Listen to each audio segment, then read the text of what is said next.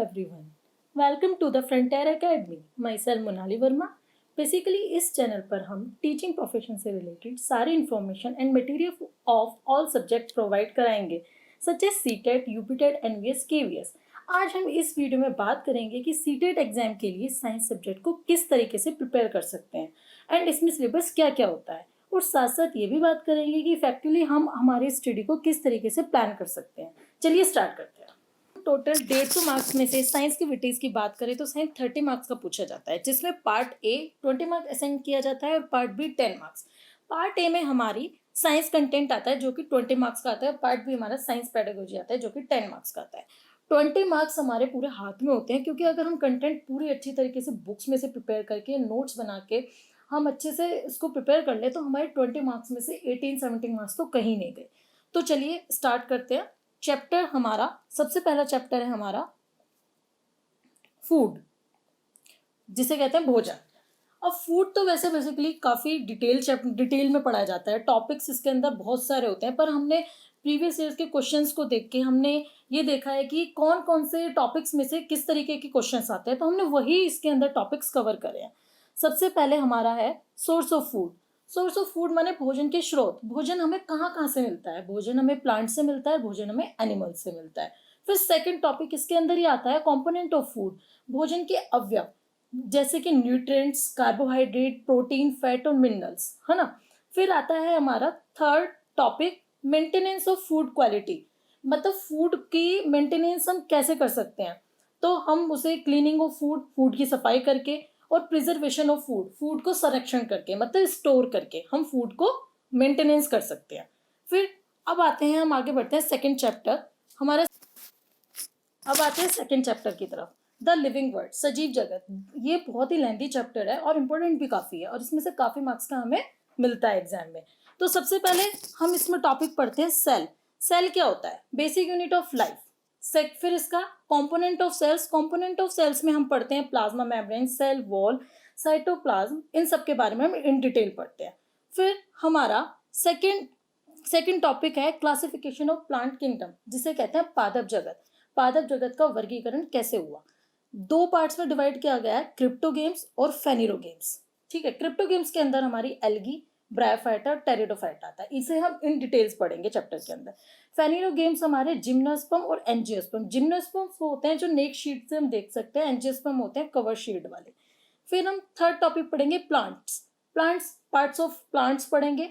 Plants के अंदर pollination कैसे होता है, फर्टिलाइजेशन कैसे होता है. फिर अगला टॉपिक न्यूट्रिशन इन प्लांट्स. फिर उससे अगला रेस्पिरेशन इन प्लांट्स. प्लांट के अंदर रेस्पिरेशन कैसे होता है, एक्सक्रीशन इन प्लांट्स. फिर हम पादप जगत के बाद हम अब पढ़ेंगे क्लासिफिकेशन ऑफ एनिमल किंगडम, मतलब जंतु जगत का वर्गीकरण, जिसे कहते हैं, जो दो पार्ट में डिवाइड होता है, इनवर्टिब्रेट्स एंड वर्टिब्रेट्स. इनवर्टिब्रेट्स वो होती हैं जिनके अंदर बैकबोन प्रेजेंट नहीं होती है, और वर्टिब्रेट्स वो होते हैं जिनके अंदर बैकबोन प्रेजेंट होती है. ठीक है. अब हमारा आता है नेक्स्ट चैप्टर ह्यूमन फिजियोलॉजी, जो कि काफ़ी इंपॉर्टेंट चैप्टर है. ह्यूमन होने के बावजूद अगर हमें अपने अंदर के बारे में, सिस्टम के बारे में ना पता हो तो वो तो बहुत ही गलत बात है. तो इसलिए अब हमें इसके अंदर के बारे में पता होना चाहिए कि ह्यूमन के अंदर कौन कौन से सिस्टम है, किस तरीके से काम करते हैं. तो पहला सिस्टम जो कि मोस्ट इंपॉर्टेंट होता है, डाइजेस्टिव सिस्टम, जो पाचन, जिसे कहते हैं पाचन तंत्र की सिस्टम के अंदर आती है बक्कल कैविटी, जिसे कहते हैं मुख. इसके अंदर हम बात करेंगे तीत के बारे में, जीभ के बारे में. फिर स्टोमक. फिर इसके अंदर टॉपिक आता है स्मॉल इंटेस्टाइन और लार्ज इंटेस्टाइन. ठीक है. फिर इसका नेक्स्ट टॉपिक है रेस्पिरेटरी सिस्टम, जिसे कहते हैं श्वसन तंत्र. इसके अंदर हम सेलुलर रेस्पिरेशन के बारे में बात करेंगे और रेस्पिरेशन इन एनिमल के बारे में बात करेंगे. थर्ड टॉपिक आता है सर्कुलेटरी सिस्टम, परिसंचरण तंत्र. ह्यूमन के अंदर ब्लड का सर्कुलेशन कैसे होता है, इसमें सबसे पहले हम ह्यूमन हार्ट के बारे में बात करेंगे. फिर ब्लड वेसल्स मतलब रुधिर वाहिनियां के बारे में बात करेंगे. फिर उसके ब्लड ग्रुप्स के बारे में बात करेंगे. ब्लड ग्रुप्स के अंदर हमारा आरएच फैक्टर, एंटीजन, बॉडीज ये सब आ जाएंगे. फिर हमारा नेक्स्ट टॉपिक आता है एक्सक्रीटरी सिस्टम. एक्सक्रीटरी सिस्टम में हम उत्सर्जन तंत्र, मतलब ह्यूमन के अंदर एक्सक्रीशन इन ह्यूमन कैसे होता है, मोड्स ऑफ एक्सक्रीशन क्या क्या होते हैं, इस बारे में बात करेंगे. फिर अगला टॉपिक है नर्वस सिस्टम. नर्वस सिस्टम माने तंत्रिका तंत्र. इसके अंदर हम ब्रेन के और सेंस ऑर्गन माने संवेदी अंग, जैसे आईज, नोज, जीभ, ये सब आते हैं. फिर एंडोक्राइन सिस्टम, अंतःस्रावी ग्रंथियाँ, इसके अंदर हम बात करेंगे ग्लैंड के बारे में और देयर सिक्रेशन हार्मोन्स। तो ग्लैंड से क्या क्या सिक्रेट होते हैं हार्मोन्स।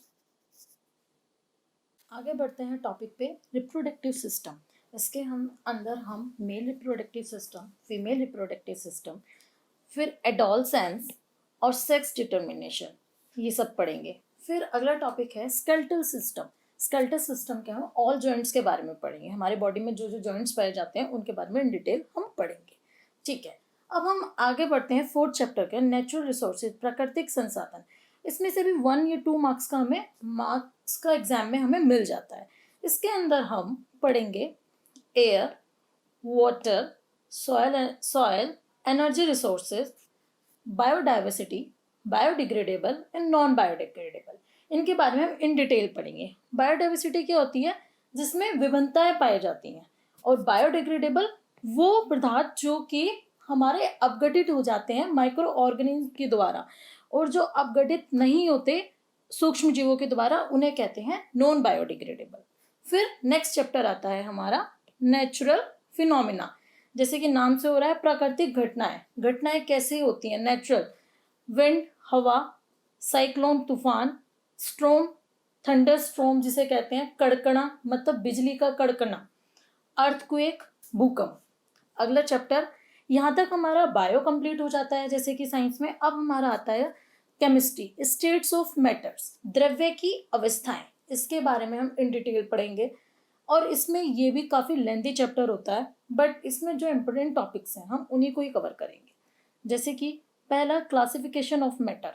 मैटर का वर्गीकरण, माने पदार्थ का वर्गीकरण कैसे होगा, वो कितना तरीके से होगा, इसमें होमोजीनियस, होमो मिक्सचर जो भी होंगे ये सब पढ़ेंगे। फिर आएगा हमारा physical and chemical change, matters के अंदर कैसे कैसे चेंज होते हैं। सेपरेशन ऑफ सब्सटेंस, सब्सटेंस का अलग होना, पदार्थों का अलग होना पढ़ाया जाएगा। और इसके बाद फिर इसमें टाइप्स ऑफ एलिमेंट्स। फिर अगला चैप्टर आता है हमारा मटेरियल्स ऑफ डेली यूज। हम दैनिक उपयोगी पदार्थ जो हमारे यूज में डेली में यूज होते हैं उनके बारे में हम इन डिटेल्स पढ़ेंगे। पहला, एसिड एंड बेस, अम्ल एंड क्षार। दूसरा, इंडिकेटर जिसे कहते हैं सूचक। तीसरा, सॉल्ट्स जिसे कहते हैं लवण। चौथा, शॉप्स जिसे साबुनीकरण। पॉलीमर, बहुलक, फाइबर, रेशे, प्लास्टिक्स को प्लास्टिक ही कहते हैं। इनके बारे में हम इन डिटेल्स पढ़ेंगे, ये भी काफ़ी इंपॉर्टेंट चैप्टर होता है। फिर आता है हमारा star and the solar system, तारे तथा सौर मंडल। इसमें हम सन के बारे में पढ़ेंगे, प्लैनेट्स के बारे में पढ़ेंगे, एस्टेरॉइड्स के बारे में, comets, meteoroids and meteors, artificial satellites, इनके बारे में हम पढ़ेंगे इन डिटेल। फिर हमारी फिजिक्स स्टार्ट हो जाती है, moving things, people and ideas, गतिमान वस्तुएं, मानव एवं विचार। तो इसके अंदर टॉपिक है रेस्ट एंड मोशन। इसको हमने 5 पार्ट्स में डिवाइड कर लिया है कि इसके अंदर हम क्या क्या इंपॉर्टेंट चीजें पढ़ेंगे। Terms related to motions, motion से रिलेटेड टर्म्स हैं उनको पढ़ेंगे। Classification of motion, some important graphs हैं जो कि मोशन से ही हैं, रेस्ट एंड मोशन से, उनको पढ़ेंगे। फोर्स आता है इसके अंदर, फ्रिक्शंस आता है, सर्कुलर मोशन आता है, ये सब हम इन डिटेल पढ़ेंगे। फिर आता है हमारा next chapter, how do think work, चीज़ें कैसे काम करती हैं। सबसे पहले हमारे का वर्क, कार्य, कार्य कैसे होता है, कार्य का फॉर्मूला, कार्य के ऊपर न्यूमेरिकल्स भी हैं वो हम भी देखेंगे। फिर आती है हमारी लाइट, लाइट भी एक हमारी एनर्जी होती है। अब लाइट के अंदर हम क्या क्या पढ़ेंगे, रिफ्लेक्शन एंड रिफ्रैक्शन, अपवर्तन और परावर्तन, मिरर, दर्पण कहते हैं जिसे, लेंस, और डिस्पर्जन ऑफ लाइट।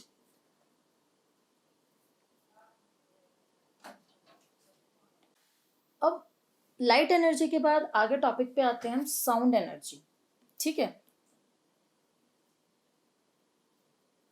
अब आते हैं हम साउंड एनर्जी।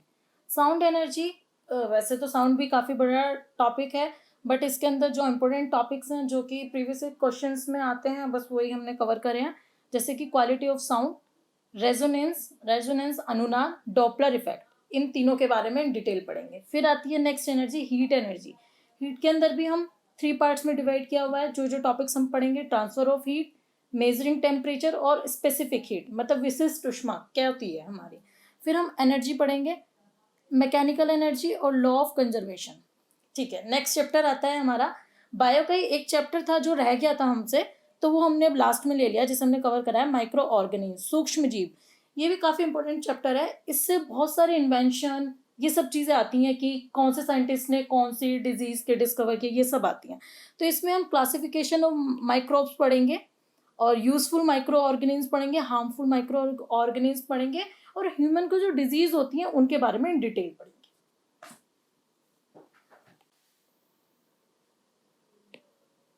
अभी हमने बात करी थी साइंस में कंटेंट की जो 20 मार्क्स का आता है, अब हम बात करते हैं पेडागोजी की जो कि 10 मार्क्स की आती है। इसके अंदर पहला chapter nature and scope of scientific curriculum.